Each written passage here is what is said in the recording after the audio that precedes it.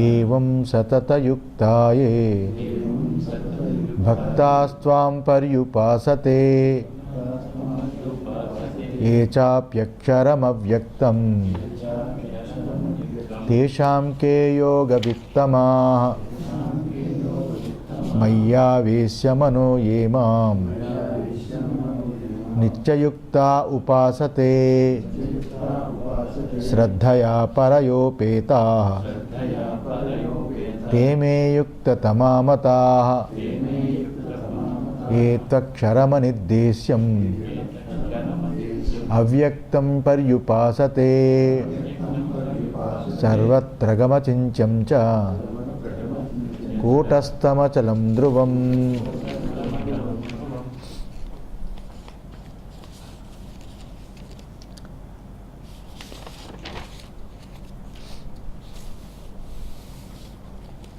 సన్నియమ్యేంద్రియగ్రామం సర్వత్ర సమబుద్ధయః తే ప్రాప్నువంతి మామేవ సర్వభూతహితే రతాః క్లేశోధికతరస్తేషాం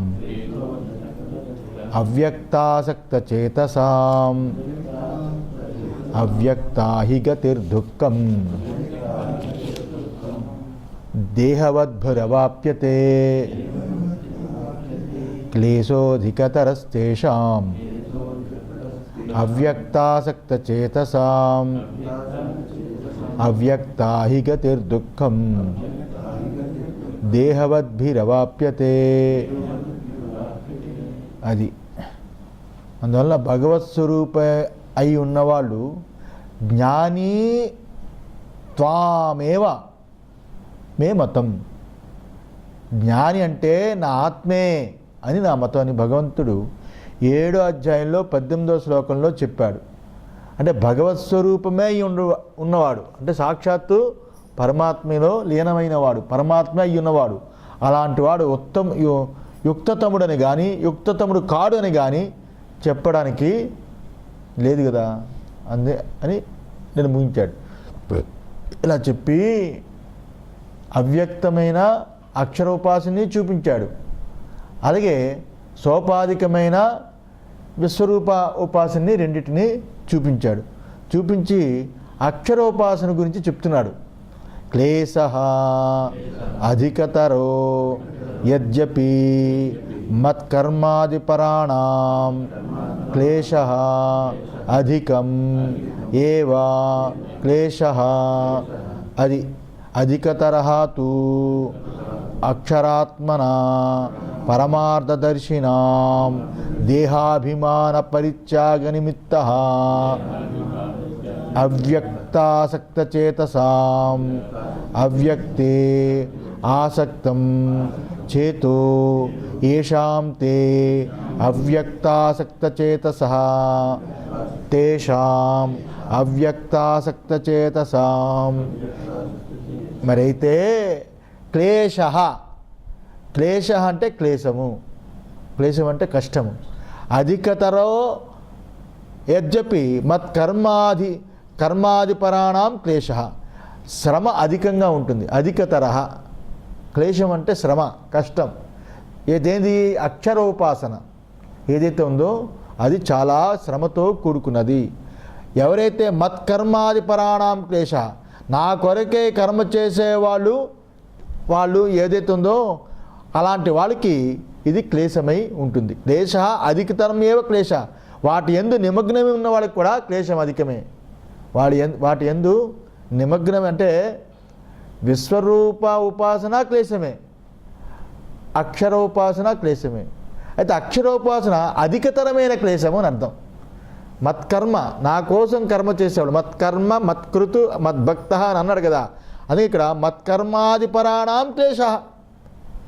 అక్షరోపాసన ఒకటే కష్టం కాదు, విశ్వరూపోపాసన ఏదైతే ఉందో మత్కర్మాణ అది కూడా చాలా కష్టమే. అయితే అక్షరోపాసన అధికతరమైన క్లేశమై ఉంటుంది అని అర్థం. అధికతరమైన క్లేశమై ఉంటుంది. అధికతర ఏవ క్లేశ అధికతరః తు అక్షరాత్మన పరమార్థదర్శినాం దేహాభిమాన పరిత్యాగ నిమిత్తః. అయితే తూ అంటే అయితే అక్షరోపాసకులైతే అక్షరమందే మనస్సు ఉంచిన వాళ్ళై ఉండడం చేత అలాంటి వాళ్ళు పరమార్థం తెలిసిన వాళ్ళు. అలాంటి వాళ్ళు ఎవరో అనుకున్నావు? వాళ్ళు దేహాభిమాన పరిత్యాగ నిమిత్త, వాళ్ళు దేహాభిమాన పరిత్యాగం చేసిన వాళ్ళు. విశ్వరూప ఉపాసన ఏదైతే ఉందో దానికి దేహాభిమాన పరిత్యాగం అక్కర్లేదు. అక్కడ భావనాత్మకమైన మనస్సు యొక్క పరిత్యాగం కావాలి. భావనాత్మకంగా మనస్సుని పూర్తిగా విశ్వరూప సందర్శనాన్ని గుర్తించడానికి ఆ పరమాత్మ మత్కర్మకృత్ మద్భక్త అని ఈ రకంగా సంగవర్జిత నిర్వైర అని ఇత్యాది క్వాలిటీస్, ఇటువంటి వాటితో కూడుకుని విశ్వరూప దర్శకుడు ఈ రకంగా మానసికంగా దాన్ని భావన చేయొచ్చు. ఇక్కడ మానసికమైన భావన కాదు, మానసికమైన కర్తృతంత్ర భావన కాదు అక్షరోపాసన అంటే. ఇక్కడ ఎక్కడికక్కడే ముడులు విడేస్తూ ఉండాలి, దేహ పరిత్యాగం చెయ్యాలి, దేహాభిమానాన్ని వదిలిపెట్టాలి. అది అక్షరోపాసనకి ముఖ్యమైనది. అలాంటి అక్షరాత్మ పరమార్థదేశం ఎవడైతే ఉన్నాడో దేహాభిమాన పరిత్యాగ నిమిత్త, దేహాభిమానాన్ని వదిలిపెట్టడం నిమిత్తం చేత అంటే అవ్యక్తాసక్త చేతసాం, అవ్యక్తే ఆసక్తం చేతో ఏషాం తే అవ్యక్తాసక్త చేతస తేషాం అవ్యక్తాసక్త చేతసాం. అవ్యక్తాసక్త చేతులు, చేతసాం అంటే చిత్తులు, మనస్సు గలవాళ్ళు అంటే అవ్యక్తమందే ఆసక్తి గలవాళ్ళు అని అర్థం. అవ్యక్తమైన అక్షరమైన ఆ పరమాత్మ యందే ఆ ఆసక్తి గలవారు. అవ్యక్తం అంటే ఏమిటి? ముందు చెప్పాడు కదా, అనిర్దేశ్యం, అచింత్యం, ఈ క్వాలిటీస్ ఉన్నది. సగుణం లేదు అందులో, పూర్తిగా నిర్గుణమే, నిరుపాధికమే, అచింత్యం అని, అగోచరం అని చెప్పాడు కదా. అలాంటి అవ్యక్తమందే ఆసక్తి గల చిత్తం ఎవరికైతే ఉంటుందో అలాంటి వాళ్ళు అవ్యక్త చిత్తులు అంటే అక్షరోపాసకులు అని అర్థం. అలాంటి అక్షరోపాసకులు అవ్యక్త హి యస్మాత్ యా గతి అక్షరాత్మిక దుఃఖం సా దేహవద్భిః దేహాభిమానవద్భిః అవాప్యతే అతః క్లేశః అధికతరః. ఎందుకంటే దేహాభిమానం వదలడం అంటే చాలా క్లేశం. వేదాంతం అర్థమైపోతుంది, ఆత్మజ్ఞానం అర్థమైపోతుంది, కానీ దేహాభిమానాన్ని వదలలేము. అది చాలా కష్టమైనది, చాలా కష్టమైనది. దేహాభిమానం, స్థూలమైన దేహాభిమానాన్నే వదలలేము. ఇంకా సూక్ష్మమైన మనస్సు యొక్క అభిమానాన్ని ఎలా వదిలిపెడతాం? మనస్సు మీద ఎవడైనా చిన్న మాట అంటే బుస్సుమని లేస్తుంది, అంతే కదా. అందువల్ల దేహాభిమానం వదలంటే క్లేశము, శ్రమ, కష్టము మరింత అధికమైనది.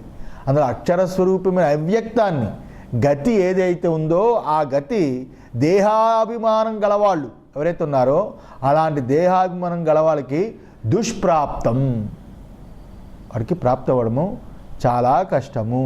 అతః అందువలన అటువంటి వారికి క్లేశ అధికతర, అలాంటి వాళ్ళకి అక్షరోపాసన అధికతరమైన క్లేశము. అక్షరోపాసకానాం యత్ వర్తనం తద్ ఉపరిష్టాత్ వక్ష్యామః. అందులో అక్షరోపాసన చేయి వారి ప్రవర్తన ఏ రకంగా ఉంటుందో దాన్ని ముందే చెప్పాం. వాళ్ళ ప్రవర్తన ఎలాగ ఉంటుందో ముందే చెప్పాం, దాని గురించి మళ్ళా వివరించక్కర్లేదు. దీని గురించి మనం చాలా చక్కగా వివరించుకోవాలి. ఎందుకంటే మనము అక్షరోపాసనలో ఉన్నాం, విశ్వరూపాపాసనలో మనము లేము. ఎందుకంటే అక్షరోపాసన అంటే మనం మాండుక్యోపనిషత్తు, భగవద్గీత అధ్యాయాలు, అలాగే ఉపనిషత్తులు వాటి మీద మనం శ్రమిస్తున్నాం కాబట్టి, మనం చాలా కష్టపడుతున్నాం కాబట్టి, అక్షరోపాసనే మేలు అనుకున్నాం కాబట్టి, కష్టమైన దాన్ని ఆత్మానుభవాన్ని పొందాలనుకుంటున్నాం కాబట్టి దాని గురించి వివరించుకోవాలి. ఇక్కడ అవ్యక్తల్లో ఇక్కడ ఎందుకు మనం డీప్గా ఆ సబ్జెక్టులోకి వెళ్తున్నాం. అక్షరోపాసన ఆ వేదాంతానికి ఎందుకు మనం అంటే అది అధిక శ్రమ కాబట్టి మన అటు కాక ఇటు కాక రెండు రేవడైపోతామేమో అనుకు భావంతో ఉంటామని మనం దీని గురించి వివరించాలి. మనం శ్రమ లేకుండా అక్షరోపాసన ఎలా చేయొచ్చు అనే దాన్ని కూడా తెలుసుకోవాలి. అందువల్ల ఇక్కడ పూర్తిగా హిట్ బిట్లు ఉన్నాయి, ఇంపార్టెంట్ బిట్లు. దాన్ని విడ తీసుకుని అర్థం చేసుకుంటే లోతు చాలా ఉంటుంది. ఇక్కడ అవ్యక్తంలో ఆసక్తులైన వాళ్ళు ఎవరైతే ఉంటారో వాళ్ళకి క్లేశం అధికంగా ఉంటుందని చెప్పాడు. అవ్యక్తమైన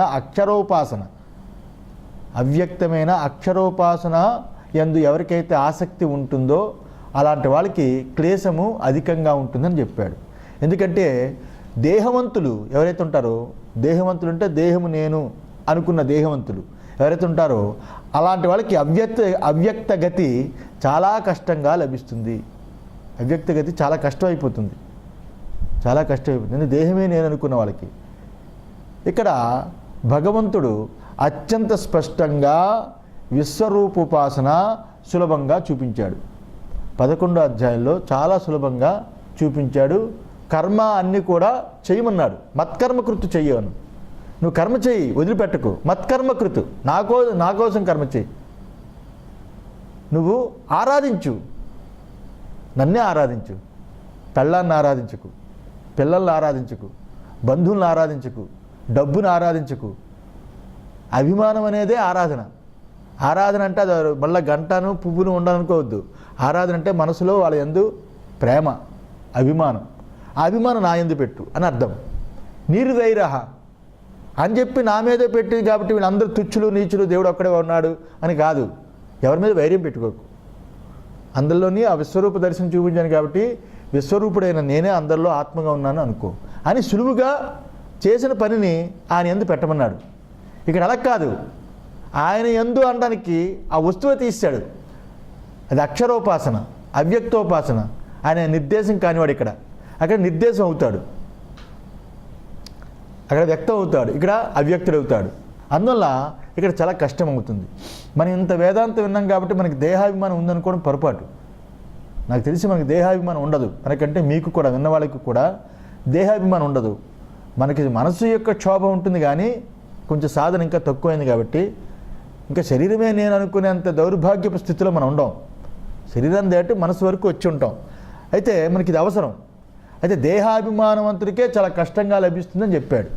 చెప్పినప్పుడు ఇక్కడ భగవంతుడు అత్యంత స్పష్టంగా విశ్వరూప ఉపాసనని సులభంగా చూపించాడు 11వ అధ్యాయంలో. సగుణోపాసులకేమో క్లేశం తక్కువగా ఉంటుందని చెప్పాడు. అంతే కదా, క్లేశం చాలా తక్కువగా ఉంటుందని చెప్పాడు. ఏ ఒక్క అధ్యాత్మ సాధనం, నిజం చెప్పాలంటే ఏ ఒక్క ఆధ్యాత్మిక సాధన కూడా కష్టం లేకుండా రాదు. ఒక మామూలుగా ఉపాసన చేయాలంటే జపం తీసుకోవాలి, గురువుల దగ్గరికి వెళ్ళి మంత్రం తీసుకోవాలి. ఆ మంత్రం తీసుకొని దాన్ని ఇన్ని అక్షరాలు జపం చేయాలి. దానికి గ్రహణము ఇటువంటి ఏమైనా వస్తే అది నదులు నాభి వరకు ఉండే జపం చేయాలి. దానికి మంత్రశక్తిని కలిగించాలి. ఈ రకంగా పురస్చరణ చేయాలి. ఇది సామాన్యమైన విషయం కాదు. ఏ ఉపాసన, చిన్న మంత్రం తీసుకున్నా చాలా కష్టమే. ఉపాసన అయినా చాలా కష్టమే. సగుణోపాసనకే కష్టం ఎక్కువగా ఉంటుంది. ఇలా ఆధ్యాత్మిక సాధన ఏదైనా కష్టమే. తీర్థయాత్రలు తిరగడం కూడా కష్టమే కదా. ఆహార నియమం పాటించడం. ఇప్పుడంటే ఎక్కడ ఒకటే హోటల్లో తినేస్తుంటారు, రోడ్డు మీద తింటారు, నించొని తింటుంటారు, కూర్చొని తింటుంటారు, పడుకొని తింటుంటారు. ఇది ఒక ఫ్యాషను. కానీ నిజంగా ఒక తిరుపతి కానీ లేకపోతే ఒక కాశీ కానీ వెళ్ళామంటే ఎక్కడ ఏం తినకుండా మడిగా ఉంటూ ఆచారంగా ఉంటూ ఎక్కడ వండుకోవడానికి అవకాశం ఉంటే వండుకోవడం, లేకపోతే పండో కాయ తింటూ ఉండడం, అంతవరకు వెళ్ళడం.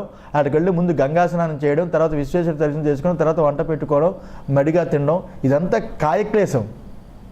ఉపాసన లేకుండా ఈ మామూలు ఆధ్యాత్మిక సాధన ఏదైనా చాలా కష్టమైనది. విశ్వరూప ఉపాసన చేసేవాళ్ళు విశ్వమందే ఆత్మబుద్ధిని ఉంచుకోవాలి అని చెప్పాడు. విశ్వరూప ఉపాసన ఎవరైతే చేస్తారో అలాంటి వాళ్ళు విశ్వమేందే ఆత్మబుద్ధిని ఉంచుకోవాలని, మిగిలిన దాన్ని అంతటినీ వదిలిపెట్టి, విశ్వమంతా ఆత్మబుద్ధిని ఉంచుకోవాలి, మిగిలిన దాన్ని అంతటిని వదిలిపెట్టి పరమేశ్వరుడు ఒక్కదాని యందే భక్తి కలిగి నిత్యయుక్తుడే ఉండాలని చెప్పింది. అందుకే దాని నిత్యయుక్తి. మిగిలిన దాని ఏంటి? విశ్వమంతా ఆయన అన్నప్పుడు మిగిలింది ఏంటి? అందులో రాగము, ద్వేషము, కామము, క్రోధము అనే దాన్ని వదిలిపెట్టు. మనకి ఇన్నర్ వీల్ వద్దు, అవుటర్ వీల్ ఏదైతే ఉందో అదంతా కూడా పరమాత్మ యొక్క సొత్తు అనుకో. ఇన్నర్ వీల్కి వెళ్ళవో మనకు గడిబిడి అయిపోతుంది. మన మనసు మంచిది కదా, అవతల కూడా మనసు మంచిది కాదు. మనసులో ఎతకద్దు, మనసుల్లో ఏ కలుషితమో ఎతకద్దు. లోపట హృదయంలో ఉండేవాడు పరమాత్మని, ఆ విశ్వరూప దర్శనాన్ని చెయ్యి. ఇలాగ పరమేశ్వరుడు ఒక్కడి యందే భక్తి కలిగి నిత్యయుక్తుడు ఉండాలని విషయాన్ని చూపించింది. అలా మనస్సుకి తెచ్చుకున్న వాళ్ళు ఎవరైతే ఉంటారో ఆ ఉపాయం చేత క్లేశం ఎట్టుదో తెలుస్తుంది. అలాంటి మనసుకు తెచ్చుకున్న వాళ్ళు ఎవరైతే ఉంటారో అలాంటి ఉపాసన యందు ఉన్న, అలాంటి ఉపాసనలో ఉన్న క్లేశము, శ్రమ, కష్టము ఎటువంటిదో తెలుస్తుంది. అంతేకాని ఊరికిన పుస్తకం చూసి మన సాధన చేయకుండా కష్టం బాబాయ్ని వదిలేస్తుంటే తెలీదు కదా. ఈ రకంగా అయితే ఈ అక్షరోపాసన యందు క్లేశము అధికతరంగా ఉంటుంది. అవి క్లిష్టంగా ఉంటుంది. దానికి అక్షరోపాసన యందు క్లేశము అంటే కష్టము, శ్రమ అధికతరంగా ఉంటుంది. ఎందుకంటే అవ్యక్త గతి దేహాత్మబుద్ధి గల వారికి అది దొరకడం చాలా కష్టము. దేహాత్మబుద్ధి ఉన్న వాళ్ళకి అవ్యక్త గతి దొరకడం కష్టము. దేహాత్మబుద్ధి వదలాలి, అంతఃకరణ శుద్ధి కలగాలి. అదే సాధన చతుష్టయ సంపత్తి. దేహాత్మబుద్ధి వదిలినవాడు, రెండు అంతఃకరణ శుద్ధి కలిగినవాడు. కనీస పక్షం అంతఃకరణ శుద్ధి అలాగా శంకర భాష్యం చదువుతూ ఉంటే అంతఃకరణ శుద్ధి కలుగుతుంది. మనం ఎంతవరకు లిమిటెడ్గా ఈ ప్రపంచంలో ఉండాలి, ఎవరితో ఎంతవరకు ఉండాలి అనేది కొంచెం మనకు అవగాహన అవుతుంది. అలాగే మనం సెట్ చేసుకుంటాం. దేహాభిమానం కూడా, దేహాభిమానం అంటే నా శరీరం అభిమానం కాదు. నా భార్య లేకపోతే ఉండలేకపోవడం, నా పిల్లలు లేకపోతే ఉండలేకపోవడం, వాళ్ళ ఫోన్లు చేయలేకపోతే ఉండలేకపోవడం, వాళ్ళ విలువలు ఆడిపోతే ఉండలేకపోవడం, ఇవన్నీ దేహాభిమానాలే. అంతే కదా, ఇవన్నీ దేహాభిమానాలే. ఇలాంటి దేహాభిమానం ఏదైతే ఉంటుందో అలాంటి దేహాభిమానము ఉన్న వాళ్ళకి దొరకడం చాలా కష్టం. అందరికీ దేహం ఉంటుంది కదా. అక్షరోపాసకులకి ఉంటుంది, విశ్వరూపోపాసకులకి ఉంటుంది. అందరికీ దేహం ఉంటుంది కదా. దేహం లేకుండా ఎవరు ఉంటారు కదా. దేహాభిమానం ఎలా వదిలిపెట్టవుతుంది? అందరికీ సమానంగా దేహం ఉంటుంది కదా. అంటే అవ్యక్తోపాసకులు దేహం లేని వారిని అంటే ఎలా చెప్తారు మీరు? ఇక్కడ అర్థం, అక్కడ ప్రశ్న అది. అవ్యక్తోపాసకులు దేహం లేనివారు అనడం ఎలా కుదురుతుంది అని ఇక్కడ అడగకూడదు. ఎందువల్లంటే దేహము సత్యమైనది, అదే నేను అనే అభిమానం ఉండడమే దేహత్వం. దేహం సత్యమైనది ఏమండి. ఇప్పుడు మన దేహాన్ని ఎలా తీసేస్తాము? మెలకువలో కనిపించే దేహము, మేలుకొన్నాక కనిపించే దేహము మెలకు అంతర్గతమైనది. కలలో కనిపించే దేహము కళాంతర్గతమైనది. కలలో ఉన్న దేహము సుషుప్తిలో కానీ మెలకువలో కానీ కంటిన్యూటీ లేదు. అలాగే మెలకువలో కనిపించే దేహము కలలో కానీ నిద్రలో కానీ కంటిన్యూటీ లేదు. అందువల్ల దేహము అవస్థాంతర్గతమైనది, అవస్థలో మాత్రమే ఉన్నది. ఆ దేహానికి నేను వేరు అని మనం అనుకుంటాం కదా. అయితే వింటున్నప్పుడు బాగుంటుంది, చాలా కరెక్ట్ అనిపిస్తుంది. కానీ దేహం యందు సత్యత్వ బుద్ధి పూర్తిగా పోయిందని మనమే బాగా విచారిస్తే, ఆలోచిస్తే మనకి కుదరదు. ఎందుకంటే ఆ అవస్థల విచారం అప్పుడు ఉంటుంది, 1 గంట 2 గంటలు దాని వైబ్రేషన్స్ ఉంటాయి, దాని ఆలోచన ఉంటుంది. తర్వాత మళ్ళా ఆ దేహాభిమానం కంటిన్యూటీ అయిపోతుంది. ఎందుకంటే అనాదిగా వస్తున్నది ఈ దేహాభిమానం. దేహాభిమానం అనాదిగా వస్తుంది. పాత దేహాన్ని వదిలిపెట్టామని కూడా మర్చిపోతాం. ఈ దేహం వదిలిపెడితే కొత్త దేహం వస్తుందని కూడా ఆలోచన, నమ్మకం లేకుండా ఉంటాం. ఈ దేహం నిజంగా వచ్చింది, ఈ దేహం నాకు ఎప్పుడు ఉంటుంది, చచ్చే వరకు అనుకుంటాం కదా. అందులో దేహము సత్యమైనది, అదే నేను అనే అభిమానం ఉండడమే ఇక్కడ దేహత్వం. ఏ రకంగా ధనికుడు ధనం యందు అభిమానం ఉంటుందో, ధనికుడికి ధనం యందు అభిమానం ఉంటుందో, ఆ రకంగా దేహవంతుడికి దేహం యందు అభిమానం ఉంటుంది. ధనికుడికి ధనం యందు ఏ రకంగా అభిమానం ఉంటుందో, బీరువాలో సేఫ్గా ధనం ఉందంటే హాయిగా నిద్రపోతాడు. అదే బ్యాంకుల్లో ఉందా హాయిగా నిద్రపోతాడు. కానీ ఎవడికో ఇచ్చాము వాడి దగ్గర ఉందంటే నిద్రపోవు. రేపు పొద్దున్న తీసుకుందని ఆవిడ దగ్గర పెట్టామంటే నిద్రపోము. అంటే ఆ రకంగా ధనికుడికి ఏ రకంగా అభిమానం ఉంటుందో ఆ రకంగా దేహవంతుడికి కూడా దేహం మీద అభిమానం ఉంటుంది. ఎందుకు సార్, మీ జీవితం నేను చూసుకుంటాను, నాకు వదిలిపెట్టండి, హ్యాపీగా పడుకోండి అంటే ఆ క్షణం కొంచెం ఫ్రీ అవుతామేమో. కానీ ఈ లోపల పోతాడు, మనమేమిటి అనుకుంటాం, వాడు చావుకే వెళ్ళిపోతాం ఆలోచన. ఈ రకంగా దేహాభిమానం ఈ రకంగా ఉంటుంది. అయితే అక్షర చింతకులకి ఈ అభిమానానికి ఏ కించిత్తు కూడా ఉండదు. అక్షరోపాసకులు ఈ అభిమానము ఏ కించిత్తు ఉండదు. అందువల్ల వేదాంతాన్ని బాగా మనం అర్థం చేసుకుంటున్నాము అనే దానికి రూఢిగా సైమల్టేనియస్గా ఇది చేసుకోవాలి. దేహాభిమానము అలాగే అంతఃకరణ శుద్ధి రెండు జరుగుతున్నాయో లేదో కూడా చూసుకుంటూ ఉండాలి. ప్రతి క్షణం మనకు భగవంతుడు అవకాశాన్ని ఇస్తూ ఉంటాడు. అభిమానం వదిలామా లేదా అని దాన్ని ట్రేస్అవుట్ చేసి ప్రతి క్షణం ట్రేస్అవుట్ చేసి అభిమానం లేకుండా ఉన్నామా లేదో కూడా దాన్ని తెలుసుకుంటూ ఉండాలి. అందులో అక్షర చింతకులు ఎవరైతే ఉన్నారో, అక్షరోపాసకులు ఎవరైతే ఉన్నారో అలాంటి వాళ్ళు ఈ అభిమానం ఏ కించిత్తు కూడా వాళ్ళకు ఉండదు.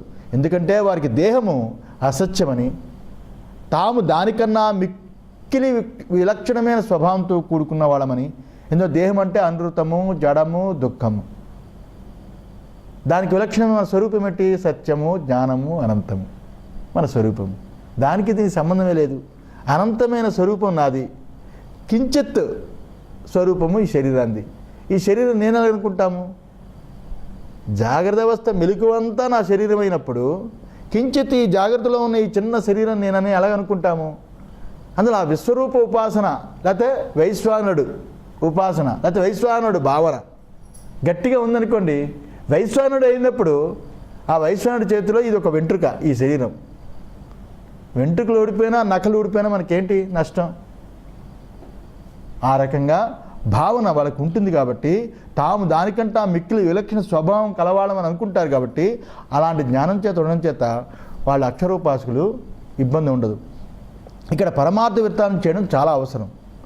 పరమార్థ విచారణ చేయడం చాలా అవసరం. ఎందుకంటే అప్పుడే అక్షరోపాసన చెందిన కేసు మనకు తెలుస్తుంది. పరమార్థ ఉపాసన ప్రతి బిట్టు, ప్రతి పదాన్ని వదిలిపెట్టకుండా మనం విచారణ చేస్తూ ఉంటే అప్పుడు అక్షరోపాసకుడు ఎంత క్లేశం, ఎంత కష్టం తెలుస్తుంది. ఇందాక స్వామివారితో అన్నాను. ఇప్పుడు నాకు భార్య, పిల్లలు వీళ్ళందరూ ఉన్నారు. పిల్లలు సెటిల్ అయిపోయారు, భార్య పిల్లలు చూసుకుంటారు, నాకు ఇబ్బంది లేదు, అందులో నేను సన్యాసిస్తాను అన్నవాడికి సన్యాసం సులువు. ఎందుకంటే వాడు కాలేజ్ చేయి కొంచెం బాగోకపోతే పిల్లలు వస్తారు, ఒకసారి చూస్తారు, లేకపోతే భార్య వస్తుంది, అన్నం అడుగుతుంది. వాడికి ఒక సోర్స్ ఉంది. ఉన్నతంగా జీవించి ఎంతో డబ్బులు సంపాదించి ఎంతో ఉద్యోగాలు చేసి నెలకి పెన్షన్ వస్తుంది, అన్నీ పకడ్బందీగా ఉండి పెన్షన్ కూడా తీసుకొని సన్యసించేవాళ్ళు ఉన్నారు. పీఠాదుల పేరుతో పెన్షన్ కూడా నెల తీసుకుంటారు. పాత సంతకమే కొత్త పేరుతో తీసుకుంటారు. ఇవన్నీ సెక్యూరిటీ ఉండి సన్యాసం తీసుకోవడం పెద్ద కష్టమే ఉంది. అది సన్యాసమా? అది క్లేశమా? వాళ్ళ వేదాంతాన్ని కూడా పెద్ద వాళ్ళకి పట్టదు. ఎందుకంటే అక్కడ ఆ పాపం ఉండిపోతుంది. ఇది అష్టశ్రాద్ధం పెడతాం. దీనికి అష్టశ్రాద్ధం పెట్టి దీనికి నా వాళ్ళు అనే వాళ్ళకి కూడా శ్రాద్ధంలో పెట్టేసి ఇది శరీరం శవంతో సమానం. అందులో వాడు శ్మశానంలోనే ఉండొచ్చు, దగ్గకూడదు, శ్మశానంలోనే ఉండొచ్చు. అలాంటి వాడు ఎవడైతే ఉన్నాడో వాడు శరీరాన్ని పెట్టుకొని పాత సంతకంతో, పాత జీవుడి పేరుతోటి సంతకాలు పెట్టి వాళ్ళు డబ్బులు రిలీజ్ చేసుకుంటూ ఉంటారు. ఇది తప్పు కదా. అలాంటి వాడికి అక్షరోపాసన యొక్క విలువ తెలియదు. వేదాంతం మీద కూడా ఆ పాపం వెళ్ళనివ్వదు. వేదాంతం అర్థం కాదు. వేదాంతం ఏదో కాలక్షేపంగా ఉంటుంది వాడికి. విష్ణు సహస్రనామం, లలితా సహస్రనామం ఎలా చదువుతావు? అరగంట కాలక్షేపం మనకు పుణ్యం అని వేదాంతం అరగంట పావుగంట వెళ్ళిపోతుంది అంతే తప్ప మన తరింపు చేయదు. ఎవరికి అక్షరోపాసన కష్టం తెలుస్తుందంటే మన వేదాంతం చదవాలి. ప్రతి ఒక్కడు వేదాంతి కావాలి, మోక్షాన్ని పొందాలి అని తపన మాలాంటి వాళ్ళకి ఉంటుంది. ఎందుకంటే సబ్జెక్ట్ అలాంటిది, అది చచ్చిపోకూడదు. తెలుసుకుందాం అనుకున్నవాడు కూడా ఆ రకంగానే ప్రతి బిట్టు తెలుసుకోవాలి. అందులో మనుస్మృతి కానీ, ధర్మసింధు కానీ, శంకర భాష్యాల్లో కానీ, నిన్న మన మాండుక్య ఉపనిషత్తులు తెలుసుకుంటున్నప్పటికీ జ్ఞాని ఎలా ఉండాలి, జీవన్ముక్తుడు ఎలా ఉండాలి, ఎలా చెప్పాడు, ఏ రకంగా చెప్పాడు? మనం ఇంత ఉన్న ఆస్తిపాస్తులు ఉన్నా ఒక్కసారి రాత్రి వదిలిపెట్టి పూర్తి డిటాచ్మెంట్ అయిపోవాలి. వాళ్ళు ఎలాగున్నారో తెలియకూడదు, మనం ఎక్కడున్నామో తెలియకూడదు. వాళ్ళకి ఏ రకంగా ఉండాలంటే నా 2 ఏళ్ళు 3 ఏళ్ళు పోయినా కనిపించలేక చచ్చాడేమో అనుకోవాలి. అవసరమైతే వాడు శ్రాద్ధాలు కూడా పెట్టుకోవాలి. అంత నమ్మకంతో వాళ్ళు ఉండాలి. అంత నమ్మకాన్ని కలిగించేటట్టుగా వీడు డిటాచ్మెంట్గా ఉండాలి. ఉన్నప్పుడు సన్యాసం ఎంత కష్టమో తెలుస్తుంది. సన్యాసం ఎంత కష్టమో తెలుస్తుంది. అప్పుడు వేదాంతం వింటూ వేదాంతం చదువుతూ ఉంటే నాకు నారాయణుడే ఉన్నాడు రా, వాడే చూస్తాడంటే నిజమే. వాడికి పెన్షన్ లేదు, వచ్చి ఆదుకోవడానికి పిల్లలు దగ్గర లేరు, ఎప్పుడైనా జబ్బు చేస్తే పెళ్ళం వచ్చి అన్నం పెట్టడానికి పెళ్ళం లేదు, అన్నీ వదిలిపెట్టి ఏకాగ్గా సెటిల్ అయిపోయాడు. రోజు ఒక బండారో రోజులతో 10 రూపాయలు ఇచ్చితే అది రక్షిస్తుందా? చివరి గడియలు చాలా కష్టమైన గడియలు, చావు చాలా కష్టమైంది. ఆ టైంలో నారాయణుడే ఉన్నాడని నమ్మకం, అదే అంతఃకరణ శుద్ధి, అదే జ్ఞానం. మోక్షానికి దగ్గర అయిపోయినట్టుగా. అది దేహాభిమానం లేకపోవడం. అర్థమైందా? అది ఊహించాలి. కనీసం మనం చెయ్యకపోయినా, అంతలా చేయకపోయినా, అలాంటి మహనీయులు ఎవరైనా ఉన్నారో వాళ్ళ జీవితాన్ని ఒక్కసారి ఊహించుకొని కనీసం మానసికంగా అయినా ఆ లెవెల్కి ఊహించుకుంటూ మనం కూడా అలా ఉంటే ఏ రకంగా ఉంటుందో ఒకసారి ఊహలతోటి వెళ్ళాలి. వెళ్ళినప్పుడు మనం చదివే వేదాంతము అనేది ఏదైతే ఉందో ఆ వేదాంతము ఈ బతుకు రెండూ కలిస్తే ఈ అక్షరోపాసన ఎంత కష్టమో తెలుస్తుంది. అంతే కదా? టైం టు టైం కాఫీలు, టీలు, భోజనాలు, ఏసీలు అన్నీ ఉండి వేదాంతం సులువైపోతుంది. అంతే కదరా? అంతే కదా? జీవితం కూడా దానికి అంకితం కావాలి. జీవితం వేరు, వేదాంతం వేరు కాకూడదు. వేదాంతం జీవితంలో కలిసిపోవాలి. ఈ రకంగా నేను ఎందుకు ఇంత మాట చెప్తున్నా ఎందుకంటే అక్షరోపాసన చెందిన కష్టం మనం అది పరమార్థాన్ని విచారణ చేస్తూ ఉంటే తెలుస్తుంది అని సచ్చిదానంద స్వామి వాక్యం ఇది. దాన్ని అందుకే ఇంతలాగా విశ్లేషణ చేశాను. పరమార్థం అలా ఉంది, ఇలా ఉంది, పరమార్థం ఇది అందులోని మూలా విద్య ఉంది, అందులో తోలా విద్య ఉంది, ఇది అనుభవ ప్రధానమైనది అని ఈ రకంగా వర్ణించడానికి కుదిరేది కాదు అది అని చెప్పాం. అంటే ఇది ఒక మాట. ఇంకో మాట, ఇక్కడ పరమార్థం అలా ఉంది, ఇలా ఉందని వర్ణించడానికి, చింతించడానికి కానిది. అచింత్యం, అచింత్యం, చింతించడానికి కానిది. ఎందువల్ల? అవ్యక్తోపాసన అలాంటిది. వ్యక్తమైన సకల సరాచరానికి ఆవల ఉన్న అవ్యక్తమైన సాక్షి స్వరూపమై ఉన్నది. అలా ఇలా అని అది చింతించడానికి కుదరది. అలా అయితే అది లేనే లేదని అనుకోకూడదు. అది లేనే లేదని అనుకోకూడదు. ఎందువల్లంటే మన అందరి మొత్తం జగత్తు యొక్క స్వరూపమే అది అయ్యున్నది. మనందరి మరియు జగత్తు యొక్క ఆత్మదై అయ్యున్నది. అంతే కదా? ఆత్మ యొక్క వెలిగే సూర్యుడి వెలుగు, ఆత్మ యొక్క వెలిగే చంద్రుడి వెలుగు, ఆత్మ యొక్క వెలిగే నక్షత్రాలు, మీది నాది, అందరి యొక్క వెలుగు, తెలివి, ఎరుక అన్నీ అదే ఆత్మే. ఆత్మ లేకపోతే దీని ఉనికే లేదు. సర్వానికి ఉనికి ఆత్మయే. అదే అంతటికీ ఆధారమే ఉన్నది. అదే అంతటికీ ఆధారమే ఉన్నది. పరమార్థతత్వం లేదు అన్నవాడు తాను లేనివాడైపోతాడు. పరమార్థతత్వం లేదు అంటే తానే లేకుండా పోతాడు. నేనున్నాను, అర్థమైందా? నేనున్నాను అన్నావు అనుకోండి, నేను ఉన్నాను అంటే ఉన్నాను అనే ఉనికి మీద నేననే వృత్తి లేస్తున్నది. నీవున్నావు అన్నప్పుడు ఉన్నానని ఉనికి మీద నీవు అనే వృత్తి తెలియబడుతున్నది. నేను నీవు రెండు ఆ ఉనికి మీదే. ఉన్నాను ఉన్నాను ఉన్నానని ఉనికి, సత్ అనే ఉనికి ఆ పరమాత్మ యొక్క సత్తు. నేను నీవు ఇది అది, అది ఉంది ఇది ఉంది, నేనున్నాను నీవున్నావు, నేను నీవు అది ఇది అన్నీ కూడా విషయరాశి మారిపోతున్నా ఉన్నాను ఉన్నాను ఉన్నానని ఉనికి అది తత్వమే ఉన్నది. అందువల్ల నేను లేను అని ఎవడు అనుకోలేడు. నేను కాని దాన్ని లేదనొచ్చు. అర్థమైందా? అందువల్ల ఈ రకంగా తానే లేనివాడైపోతాడు పరమార్థత్వం లేదు అంటే. అందువల్ల నేను అంటే ఏమిటి అసలు? నేను అంటే ఏమిటి? ఎందుకంటే అక్షరోపాసన ఎంత కష్టమో తెలియాలి కదా. నేను అంటే ఏమిటి? మొదటగా నేను అంటే శరీరం కాదు. నేను అంటే శరీరం కాదు. అది మీలాంటి వైదికులకు కూడా అర్థమై ఉంటుంది. అది పెద్ద వేదాంతం అక్కర్లేదు. నేనంటే శరీరం కాదు, ఎందుకంటే చావు పుట్టుకలతో కూడుకున్నది. అదేంటే చచ్చిపోయిన తర్వాత శరీరం, నేను చచ్చిపోయిన తర్వాత శరీరం పోతుంది కాబట్టి నేను కూడా పోతాడంటే, కానీ అలా కుదరటం లేదు కదా. నేను మరణించినా, చనిపోయినా, పోయిన దినం వచ్చినా, శరీరం ఇక్కడే పడిపోయినా, మన ధర్మాధర్మాలు, మన పాపపుణ్యాలు అవి ఆ ఫలాన్ని లోకంలో లోకాంతరంలో అనుభవిస్తామని శృతులు చెప్తున్నాయి, పురాణాలు చెప్తున్నాయి. ఇప్పుడు శరీరమే నేనండి, చచ్చిపోయిన తర్వాత నేను చచ్చిపోతుందంటే అని పురాణాలు చెప్తున్నాయి, వేదం చెప్తుంది. అలాగే మనకి లోక అనుభవం కూడా ఉంది. 3 ఉన్నాయి. పురాణాలు, శాస్త్రం ఏం చెప్తుంది? నాయనా, శరీరం చచ్చిపోవడం అంటే శరీరం కూలిపోవడం. శరీరం జీర్ణం చెంది ఇంకా అది దాంట్లోని జీవుడు ఉండలేక ఆ కంపుకొట్టు శరీరంలో, ఎందుకంటే మూత్రపురీషాలు వదలడానికి వాడికి శక్తి పోయింది. అలాగే చూడడానికి కళ్ళల్లో పుసులు వచ్చింది, సరిగ్గా చూడలేము. మాట్లాడితే ఎవరికైనా నోరు వాసన తట్టుకోలేకపోతున్నాడు, తింటే అరగటం లేదు. ఇలాగే మొత్తం బాడీలో ఉన్న అవయవాలన్నీ చెడిపోయాయి. ఇంక చెడిపోయిన తర్వాత లోపల జీవుడికి విసుగొచ్చింది, ఇంక ఈ బండి నడవదని. వాడు వదిలిపెట్టేద్దాం అనుకున్నాడు. వాడు అనుకున్నాడు ఏ క్షణాన్ని వదిలిపెట్టేద్దామని. ఆ డేట్ మనకు తెలియదు, మన మనసుకు తెలియదు, జీవుడికి తెలుసు. వదిలేస్తున్నాడు. వదిలేసాడు. వదిలేసినప్పుడు అక్కడ వదిలేయడమే చనిపోవడం. ఆ మరణించడం అంటే శరీరాన్ని వదిలిపెట్టడం. శరీరం కాలిపోతుంది. నేను కూడా పోతుందంటే శాస్త్రం ఒప్పుకోవట్లేదు, పురాణం ఒప్పుకోవట్లేదు. ఏ జీవుడైతే ఉన్నాడో లోపట ఆ జీవుడు ప్రయాణించి పాపం చేస్తే పాపలోకాలు, పుణ్యం చేస్తే పుణ్యలోకాలు, లోకాంతరాలు వెళ్ళి అక్కడ అనుభవించి మళ్ళా జన్మ పొందుతాడు అని అన్నది. అంతే కదా? అది లోకానుభవం కూడా కుదురుతుంది. ఒకే తల్లి 3 కొడుకుల్ని సరిసమానంగా పెంచినా ఒకడు ఇంజనీర్ అవుతాడు, ఒక డాక్టర్ అవుతాడు, ఒకడు వెధవ అవుతాడు, ఒకడు తాగుబోతు అవుతాడు. 3 సమానంగా పెంచుతుంది.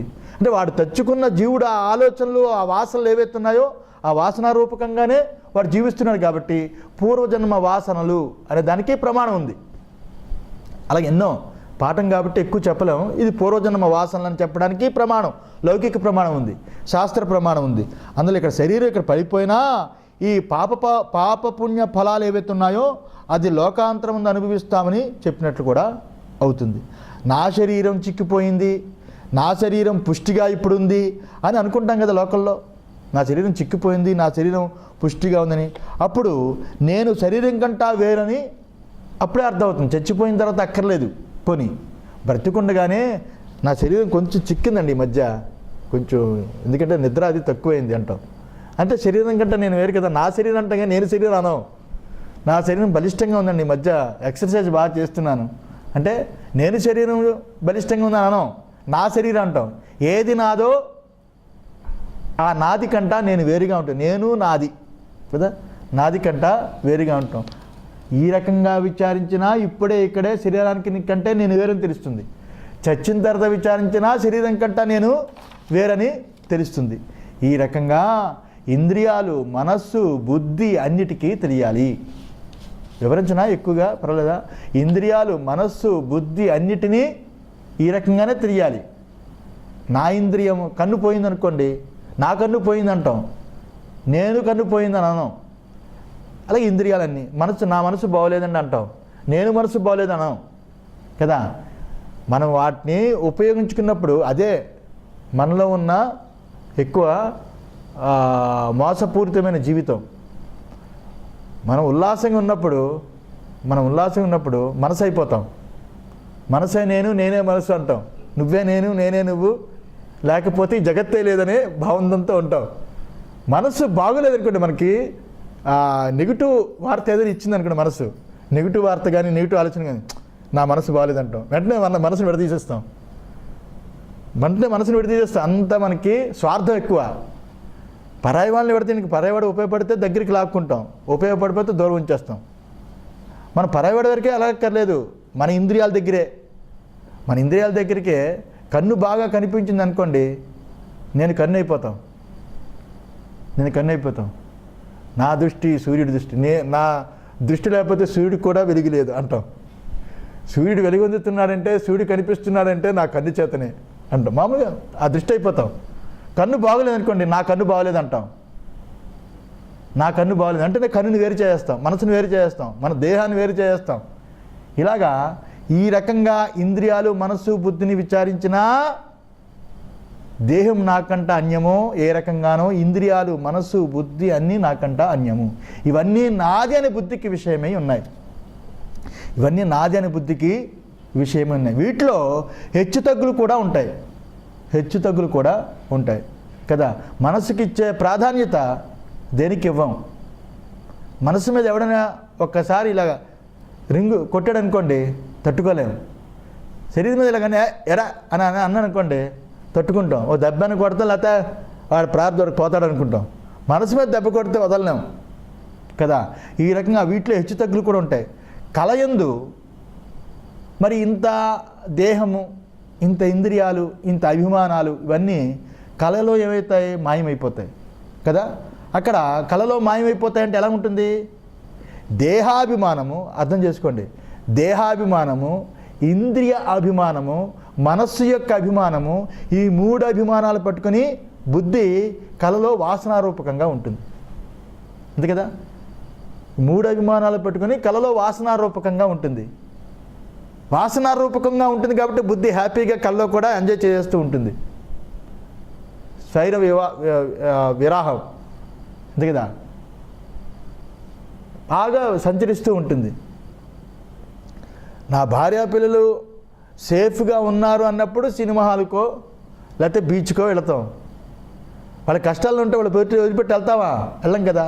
అలాగే కళ అనే ఒక కొత్త సినిమాకి వెళ్ళాము అంటే, కళలోకి వెళ్ళాము అంటే, ఇక్కడ ఉన్న వాళ్ళు సేఫ్గా ఉంచి వీళ్ళు వాసనలు అక్కడే. అయ్యో నా భార్య ఉంటే కెరటాలు అవి చూసి ఎంత ఆ మొక్కజొన్న పోతూ తినుకుంటూ సరదాగా ఉండేది. దాని పోయి ఇంట్లో పని అంటుంది అనే వాసన తీసుకొచ్చి అక్కడికి వస్తాం.